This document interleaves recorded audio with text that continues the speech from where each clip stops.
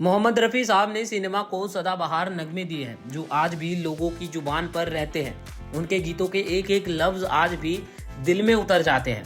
मोहम्मद रफ़ी जैसा फनकार ना कोई दूसरा है और ना ही कोई होगा। वे आज के ज़माने के गायकों और गीतकारों के लिए गुरु और प्रेरणा भी है। मोहम्मद रफ़ी का जन्म 24 दिसंबर 1924 को हुआ था। आज उनकी 100वीं जयंती है। मोहम्मद रफ़ी ने केवल अपनी गायकी ही नहीं बल्कि सादगी के लिए भी लोगों के दिलों पर राज किया था। आज उनकी ज़िंदगी से जुड़े कुछ रोचक और विशेष बातें आपको बताएंगे जिनके बारे में आपने शायद ही कभी सुना होगा। मोहम्मद रफ़ी का उपनाम फीको था। वे मूल रूप से अमृतसर जिले के कोटला सुल्तान सिंह गाँव के रहने वाले थे और बाद में अपने परिवार के साथ लाहौर चले गए। 13 साल की उम्र में मोहम्मद रफ़ी ने लाहौर में अपनी पहली सार्वजनिक प्रस्तुति दी, जहां उन्होंने के.एल. सेंगल के साथ काम किया।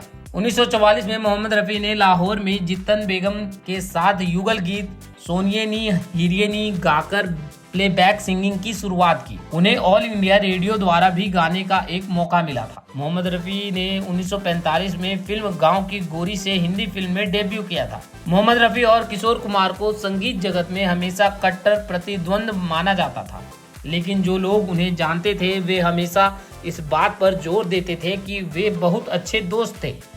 जिस दिन मोहम्मद रफ़ी की मृत्यु हुई उस दिन मुंबई में भारी बारिश हो रही थी और जहां लोग अपने पसंदीदा संगीतकार सितारे को अंतिम श्रद्धांजलि देने के लिए हर संभव कोशिश कर रहे थे, वहीं किशोर कुमार उनके पार्थिव शरीर के पास बैठ रहे और बच्चों की तरह रोते रहे। संगीत निर्देशक आर.डी. बर्मन ने एक बार मोहम्मद रफ़ी और किशोर कुमार को आधिकारिक तौर पर एक दूसरे के खिलाफ खड़ा करने का फैसला किया। उन्होंने दोनों से एक ही गीत गवाया जो दो गायकों शशि कपूर और भारत भूषण पर अलग अलग फिल्माया गया था। इसलिए जब मोहम्मद रफ़ी ने शशि कपूर के लिए गाया तो भारत भूषण के लिए किशोर कुमार ने अपनी आवाज दी। बाद में जब फिल्म रिलीज हुई तो रफ़ी द्वारा गाए गए गीत संस्करण अधिक लोकप्रिय हो गए।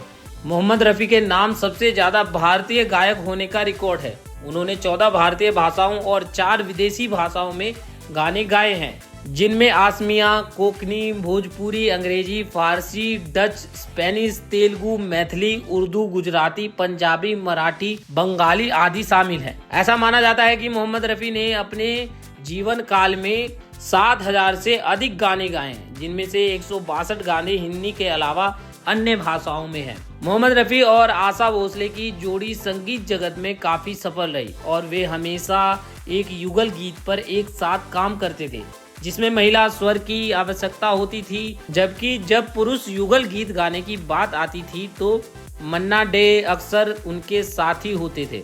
मोहम्मद रफ़ी ने अभिनय में भी हाथ आजमाया था। उन्होंने 1976 में आई लैला मजनू और 1947 की जुगनू जैसी फिल्मों में अभिनय किया। दोनों ही फिल्में सफल रही। रफ़ी साहब के पास कलकत्ता से कुछ लोग मिलने आए थे और उनसे मां काली की पूजा के लिए गाना गाने का आग्रह किया था। रफ़ी साहब रिकॉर्डिंग करने लगे। उनके सीने में दर्द की शिकायत थी, लेकिन रफ़ी साहब ने इस बारे में किसी को नहीं बताया था और गाने की रिकॉर्डिंग में व्यस्त रहे।